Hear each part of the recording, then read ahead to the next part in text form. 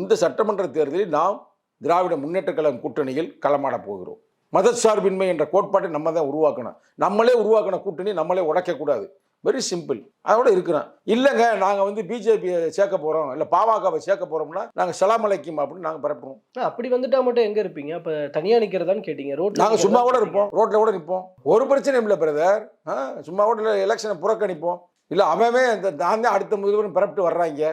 நேற்று பிறந்தவங்களாம் இன்றைக்கி வர்றேன், நான் தானே அடுத்த முதல்வர்னு. அப்போ நாங்கள் சொல்லுவோம் நாங்கள் தான் முதல்வர். நாங்கள் இப்போ ஆரம்பிப்போம். 2031 ஆரம்பிக்கிறத 2026 ஆரம்பிப்போம். எங்கள் தலைமையில் ஒரு கூட்டணி கூட உருவாக்குவோம். ஏன் உருவாக்கக்கூடாது? 5 முனை போட்டி நல்லா பார்த்துக்கிறோங்க. ஒரு எக்ஸாம் நீ கேட்டதுக்காக சொல்கிறேன். திமுக, அதிமுக, விஜய், சீமான் 5வது கூட நாங்கள் நிற்கலாம். அரசியல் எதுவும் நடக்கலாம்ல. நாங்களாம் நின்றாலும் இப்போ 4 சீட் ஜெயிச்சிருக்கோம்ல. 4 சீட் ஜெயிச்சிருக்கோம்லாங்க.